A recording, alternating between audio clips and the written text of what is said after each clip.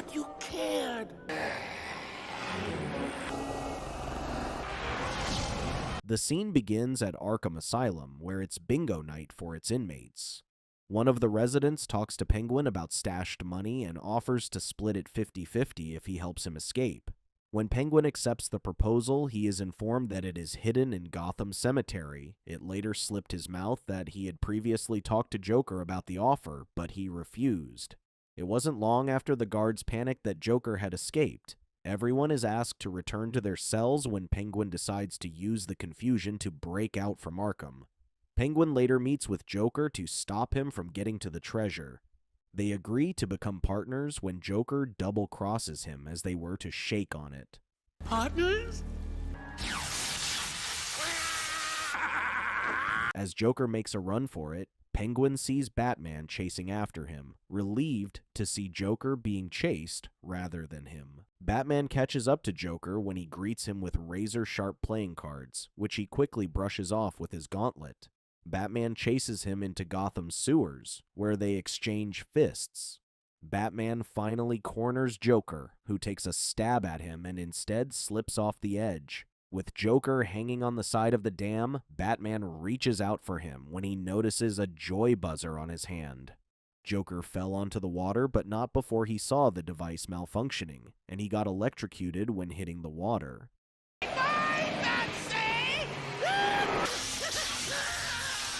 Batman returns to the Batcave, mourning the loss of Joker.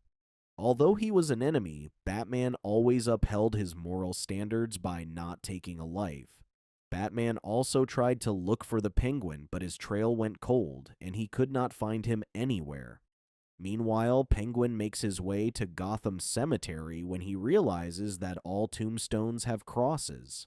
Trying his luck, Penguin checks one of the crypts to find a coffin chained up. Thinking the treasure is hidden inside the coffin, Penguin breaks off the chain.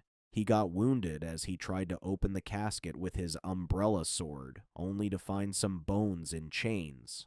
Little did he realize that a drop of his blood fell on the bones, which revived the corpse. It turns out it was a vampire chasing him for his blood.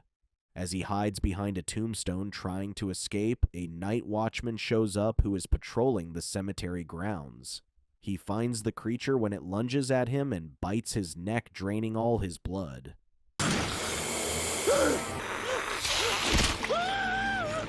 The vampire later chases after Penguin, who is taken aback by its appearance.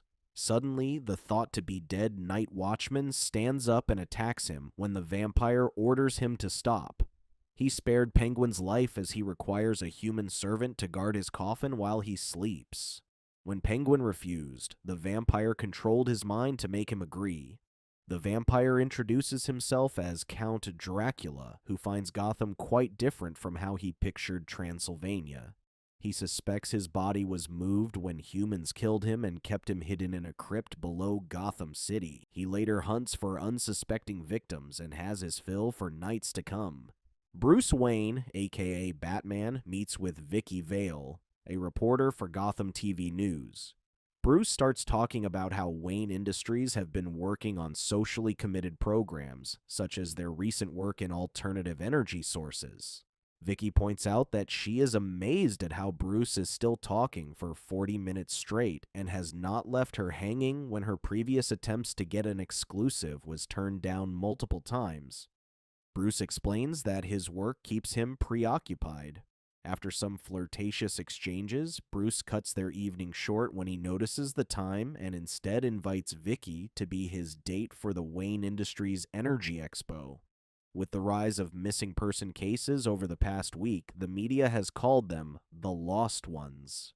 Batman's oldest friend and retainer Alfred suspects it might be the Penguin's work. Batman explains that there were no ransom demands that would differ from the Penguin's MO. After losing the Joker, Batman is determined not to lose anyone else.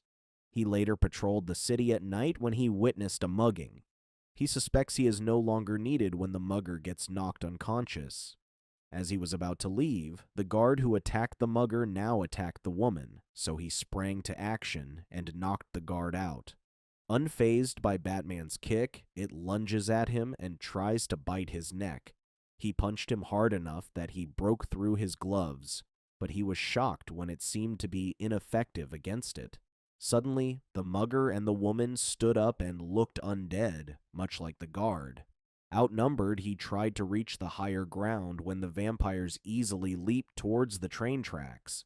He lured them onto the tracks waiting for the oncoming train when he slung towards the opposite train at the last minute. He checked on the vampires who got run over, but they disappeared. The vampires returned to their master, reporting a man who dresses like a bat. Penguin explains that Batman does not possess powers like Dracula and relies on his weapons and technology in combat. Nonetheless, Dracula is intrigued by meeting Batman that he has decided to go to the Energy Expo held at Wayne Manor. Dracula later wakes up in his best form after having his fill of blood at Gotham's finest. He orders his undead to take in more humans until nothing is left and turns it into the city of the undead. Dracula quickly got past the guards at Wayne Manor with his powers. He was quickly enthralled by the room's prettiest girl, Vicky Vale. Bruce interrupts their conversation, and Dracula introduces himself as Dr. Alucard. He explains that he is new in the city and a cultural anthropologist studying the city's Batman, as he seems to believe his legacy influenced Batman's persona. Bruce tried to lose Alucard, who quickly returned to their conversation and asked about his work. Bruce explains that Wayne Industries focuses on research and development. For example, their recent invention collects solar energy and stores it into true sunlight. When Bruce offered him some garlic shrimp, Alucard used his mind control on him so that Bruce would wait on the balcony for him. Alfred finds Bruce on the balcony when he suddenly breaks free from Dracula's mind control.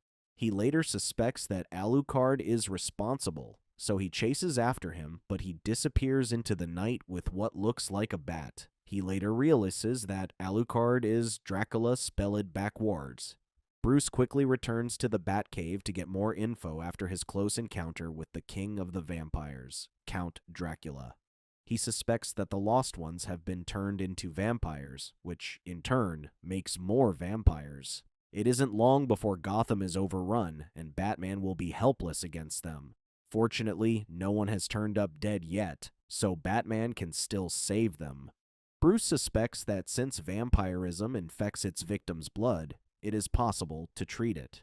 The next day, Vicky reports on a case of the Lost Ones, where an eyewitness claims he saw the shadow of a big bat, which everyone quickly assumed was Batman. Dracula watches Vicky's report when he is smitten by her beauty, and claims that she is to be his bride. Batman traced the first disappearance at Gotham Cemetery with the missing night watchman, so he made his way there, hoping to find a clue.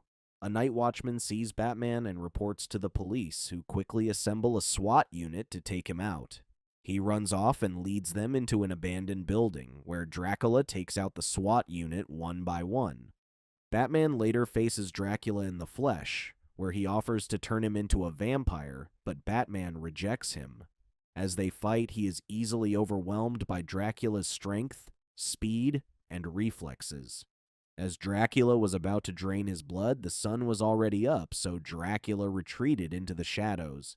Batman managed to return to the Batcave before he lost consciousness. The next day, Joker reappears alive and well and shows up at the cemetery where he meets Penguin. Penguin tries to warn him to retreat, but Joker is adamant about following him, assuming that he has already found the treasure and wants to hide it from him.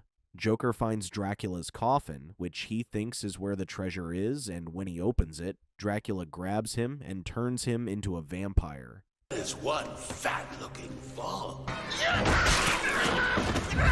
Later, Joker is seen robbing a blood bank, and Batman is informed of an ongoing heist. When he gets there, he discovers the Joker has been turned into a vampire. To make matters worse, he has superhuman strength and speed, making him more formidable. Joker gets distracted when a shelf is turned over from their fighting, and vials of blood get spilled. As Joker licks the blood from the floor, Batman uses the distraction to knock him out and drag him back to the Batcave. Now with a test subject at hand, Batman tries to reverse engineer the vampirism while Alfred searches through hundreds of folklore and myths that will help cure the vampires. The search for the cure continues to elude Batman while Alfred is stuck with trying to separate fact from fiction as he goes through reference materials. While focused on the task, Bruce forgot that he had invited Vicky for dinner at Wayne Manor.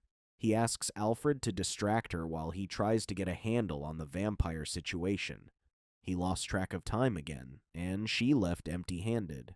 She tries to understand his situation, given that Bruce lost his parents at a very young age, and, understandably, he would not have gotten over the trauma yet.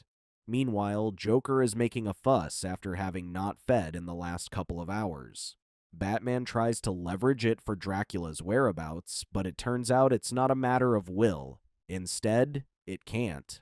After some random remark from the Joker, Batman has found the breakthrough he needs to make the cure. He uses it on the Joker as a test run, but Joker seems to have lost all memories when he became a vampire. Joker mentioned Gotham Cemetery as where. He will have to figure that out himself. Batman mass produces the cure in preparation for his big battle with Dracula, which Alfred points out would be better if he attacked in daylight. While turning in for the night, Batman tries to return Vicky's call but wonders why she isn't picking up. When he listens to her voicemail, he realizes that Dracula has her. Despite the risks he will take, he is prepared to storm Dracula's hideout. When he arrives at Gotham Cemetery, he notices Joker's footprints, which lead to Dracula's crypt. Dracula carries Vicky in his arms and places her in the coffin. He invites all of his vampires to bear witness to the bloodletting. Penguin comments on Vicky's transformation when Dracula corrects him by saying that he isn't planning on turning her, but instead uses her life energy to resurrect his true bride, Carmilla Karnstein. Dracula explains that she died by immolation through sunlight, which is commonly assumed to be almost permanent.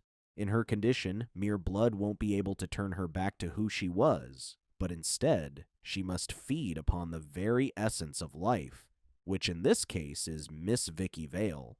When the ceremony starts, Dracula notices Batman's presence and orders his horde of vampires to distract him. As Batman ventures deeper into the catacombs, he finds he is no longer alone when hordes of vampires surround him. Regardless, he came prepared to deal with them one vampire at a time, turning them back into humans. The Lost Ones later wake up without a memory of what happened. Meanwhile, Batman looks for Dracula and finds him in the center of what looks to be a sacrificial altar. Batman notices Penguin, so he captures him first, before confronting Dracula with the last dose of cure he has left. Dracula uses his mind control on him, but he manages to break free from it at the last minute. He stops Carmilla from resurrecting, waking Vicky from her slumber. Furious over his interference, Dracula lunges at Batman, and the two exchange fists. They were breaking through walls, and they eventually reached the Batcave. Meanwhile, Vicky tries to run to safety when Penguin gets loose and runs after her. He managed to corner her in another crypt, where he finds the treasure one of Arkham's inmates was referring to. When Penguin thinks he has struck Raich, SWAT members capture him. Despite his determination, Batman is easily overwhelmed by Dracula. Alfred tries to help and hits him with the last dose of the cure, which is ineffective against him. Batman retreated to high ground while Dracula slowly levitated through the air. Batman prepares his invention, the Wayne Industries SL5, which captures solar energy and turns it into true sunlight. When Dracula appeared in front of Batman, he activated the device which burned him alive, and Batman struck his last to break what remained of Dracula. Meanwhile, responders arrived at Gotham Cemetery, where the Lost Ones have reappeared. It was later assumed after Penguin's arrest that he was blamed for Dracula's kidnappings, which freed Batman from all suspicion and cleared him of all charges. Batman is again seen on the rooftop, looking down on the city as Gotham's Dark Knight continues to watch over and protect its people. The end. Thank you for making it to the end of the video. Check out these other videos and make sure to subscribe and tap the bell to be notified about our latest videos. See you next time.